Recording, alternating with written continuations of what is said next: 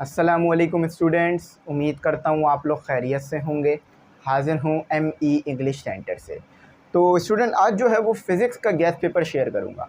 तो जैसे कि मैंने आपको बताया कि कितना ज़्यादा इम्पॉर्टेंट था ये गैस पेपर। केमिस्ट्री का मैंने गैस पेपर शेयर किया, बच्चों ने बहुत ही ज़्यादा उस पर जो है वो अच्छा रिस्पॉन्स दिया, बहुत ही ज़्यादा एस्टाउंडिंग रिस्पॉन्स उसके ऊपर रहा। क्योंकि गैस पेपर बहुत ज़्यादा लगा है, तो इसीलिए मैंने कोशिश की कि मैं फ़िज़िक्स का भी और मैथमेटिक्स का शेयर कर देता हूँ। अच्छा, अब आप बोलेंगे सर बायो और दूसरे सब्जेक्ट का, तो मैं कोशिश करूँगा कि इंशाल्लाह शेयर कर दूँ। वैसे बायो का पेपर तो आपका हो गया है, लेकिन दूसरे सब्जेक्ट की बात कर रहा हूँ। तो आप बोलेंगे सर दूसरे सब्जेक्ट का, तो मैं कोशिश करूँगा कि टीम काम कर दे उसके ऊपर, मुझे PDF बना के दे दे, मैं आपको शेयर कर दूँ। क्योंकि देखिए, मैंने यहाँ पर आपको जो है ना गैस पेपर लिखवाना नहीं है, एक एक लफ्ज़ लिखवाना नहीं है, मुझे आपको PDF शेयर करना है। और PDF बनाना बड़ा मुश्किल काम है, ठीक है। और ऊपर से मुश्किल ज़्यादा हो जाता है जब आप PDF बनवा रहे हो और उनको पेड ना कर रहे हो ज़्यादा, तो फिर वो हम थोड़ा काम करने में मुश्किल करते हैं। तो इसीलिए मैं आपको जो है वो ये गैस पेपर कोशिश करके दूसरे सब्जेक्ट के भी शेयर कर दूँगा। मैथमेटिक्स का तो लाजमी करूँगा, इतना मेरा आपसे वादा रहेगा, क्योंकि ये मैंने पढ़ाया है मैथमेटिक्स, इसको मैं आखिरी वक्त पे नहीं छोड़ूंगा। आखिरी एक मैथमेटिक्स का 9 का गैस पेपर जो है वो शेयर करके अपने सेशंस को एंड करेंगे। वैसे मेरे सेशंस तो एंड हो गए हैं, लेकिन बस ये एक गैस पेपर दे देता हूँ तमाम, एक जगह पर MCQs तमाम, ताकि बच्चों को जो है ना आसानी हो जाए।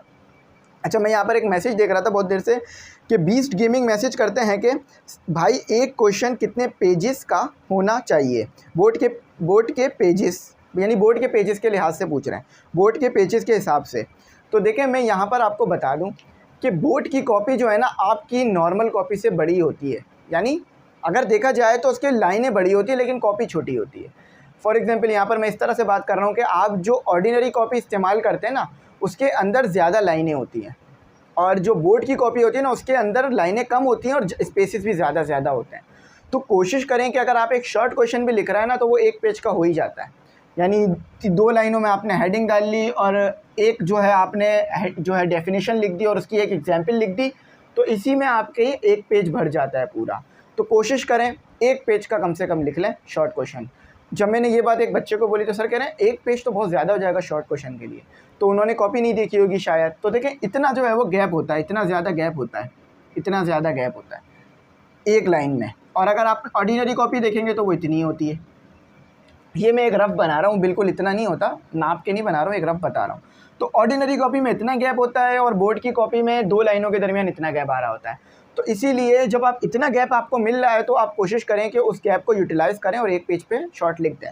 और आप कोशिश भी देखेंगे भी कि अगर आप एक डेफिनेशन लिख रहे हैं और 2-3 एग्जाम्पल्स लिख रहे हैं उस डेफिनेशन से, तो वो एक पेज पूरा हो जाता है, क्योंकि फिर एग्जाम्पल की भी आप 1-2 लाइन की हेडिंग तो डालेंगे ही ना, ठीक है। तो ये कोशिश कीजिएगा, तो एक पेज का हो चल जाएगा। और लॉन्ग क्वेश्चन ऐसा नहीं है कि फिर 2 पेज का हो, लॉन्ग क्वेश्चन उतना हो जितना पूछा गया है। जितनी चीज़ें हैं, देखो लॉन्ग क्वेश्चन में आते हैं 2-3 पार्ट होते हैं, यानी एक हिस्से में ये कुछ पूछा जा रहा होता है, एक हिस्से में कुछ और एक हिस्से में कुछ। आप 2 हिस्से को इस्तेमाल कर रहे हैं, एक को नहीं कर रहे, तो फ़ायदा नहीं है। तो कोशिश करें कि तीनों जो बातें पूछी जा रही हैं ना उस क्वेश्चन में, क्योंकि लॉन्ग में ऐसा ही होता है कि एक क्वेश्चन नहीं होता, वो 2-3 क्वेश्चन मिलकर एक बनाते हैं उसे, वो तो उसको पूरा डिफाइन करें, ठीक है, ताकि उधर कोई गड़बड़ ना हो। अच्छा, एक और बात बता दूं, मैंने इससे पहले भी एक वीडियो में बच्चों को बताई थी और मैं बार बार ये बात कह रहा हूँ और मुझे बार बार यही सवाल मिलता है कि सर अगर सवाल गलत हो जाए तो क्या करें। सिंपल बता रहा हूँ, फिर बता रहा हूँ, ये क्रॉस का साइन डालें, ठीक है, ये क्रॉस का साइन डालें, मिटाए नहीं, इंक रिमूवर वाइटो नहीं करें। बच्चे क्या कर रहे हैं कि हेडिंग गलत डल गई है, ब्लैक पेन से हेडिंग डाली थी तो वाइटो मारना शुरू कर दिया उसके ऊपर। कोई मसला नहीं है, आपने जो है वो यहाँ पर पेपर की हेडिंग डालनी थी, ठीक है, पेपर की हेडिंग डालनी थी, पेपर की हेडिंग गलत हो गई, तो पेपर की हेडिंग गलत हो गई है ना, यानी यहाँ आपने ए लिख दिया है, ठीक है, पेपर में यहाँ ये हो गया है ना, तो कोई नहीं है, इसको काट दीजिए, उसके नीचे दोबारा से हेडिंग डाल लीजिए, कोई मसला नहीं है। पेज फाड़ने की गलती बिल्कुल भी मत कीजिएगा, पेज फाड़ना अलाउ नहीं होता कॉपी का, और ना ही अपने पास से लाकर कोई पेज उसके अंदर स्टेपल करना है, ऐसा कुछ भी नहीं कीजिएगा। ऐसा अगर आप कुछ भी करेंगे तो वो जो है वो अनएथिकल और जो है वो गलत होगा और गैर कानूनी कहलाएगा। अगर आप ऐसा कर रहे हैं कि अपने पास से कोई पेज है आपके पास, उस पर आपने लिख कर वो जोड़ दिया उसके साथ, चाहे उस पर आपने अपनी मेहनत से ही क्यों ना लिखा हो उस पेज पे जो कि आप अपने पास से लेकर आए हैं, तो वो नहीं माना जाएगा, क्योंकि वो जो है वो बोर्ड की कॉपी का हिस्सा नहीं है। जब भी आपने देखा होगा कि बोर्ड की कॉपी स्टेपल नहीं हुई भी होती, बल्कि वो सिली हुई होती है, ताकि कोई उसको खोलकर उसमें कोई और पेजेस ना जोड़ सके। तो ये वजह होती है उस कॉपी को सिलाई करने का, ठीक है। तो ये बात याद रखिएगा, ऐसी कोई भी गलती नहीं कीजिएगा। और अगर फिर भी कुछ समझ ना आ रहा हो ना, मेरी बात समझ नहीं आ रही हो, दोस्त की नहीं आ रही हो, तो जो टीचर मौजूद है ना क्लास में उसको बुला के पूछ लें एक बार, ताकि खुदा ना खास्ता ऐसा ना हो कि आपकी कॉपी रुक जाए। और मैंने जो है वो ये बात तमाम आपको बता दी है कि किस तरह से आपने पेपर करना है, इसे प्रीवियस वीडियोस में। वैसे मैंने ये पहले भी शेयर कर दिए थे गैस पेपर, लेकिन वो बच्चों को शायद नहीं मिले हों या बच्चों को मिले हों, उन्होंने सही से देखे ना हो, तो अब मैं ये शेयर कर रहा हूँ ताकि एक बार और हो जाए और आपको बात जो है वो अच्छी तरीके से समझ में आ जाए। अच्छा, फ़िज़िक्स के गैस पेपर में मैं आपको बता दूँ एक और बात, बस ये आखिरी बात है, इसके बाद इस वीडियो को ख़त्म करते हैं। तो बात ये है कि देखें पेपर ये कितने % लगेगा, मैंने पहले भी बताया था, कम से कम भी उम्मीद है कि 50% से ज़्यादा ये लगेगा, ठीक है।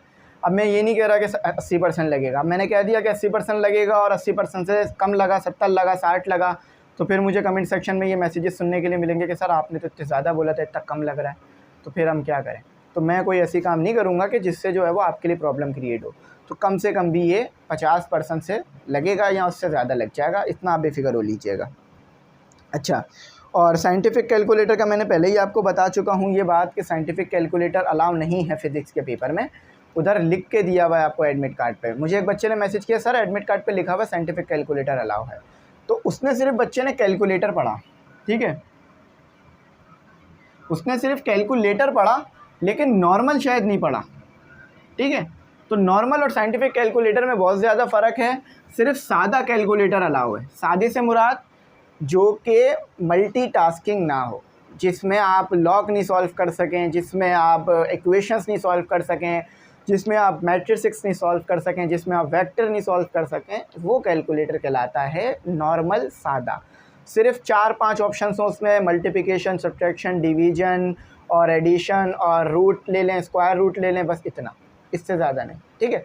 स्क्वायर रूट मैंने आपको लेना सिखाया है कि जो भी नंबर है उसको 2 बार मल्टीप्लाई कर दो, और इसी तरह से क्यूब स्क्वायर लेना सिखाया है, ठीक है। जो भी नंबर हो 2 बार कर दो, इसी तरह से क्यूब लेना हो जो भी हो 3 बार कर दो, इसके बाद फोर्थ लेना हो जो भी हो 4 बार कर दो।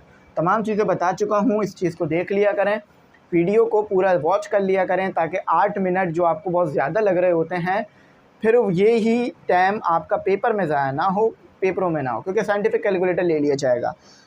ऐसा भी हो सकता है कि आप साइंटिफिक कैलकुलेटर लेके जाएं और इस्तेमाल करने की इजाज़त ना मिले, तो इससे अच्छा साइंटिफिक कैलकुलेटर घर पे ही रख के जाएँ, इस्तेमाल करने की जो इजाज़त है वो नहीं होगी आपको, ठीक है।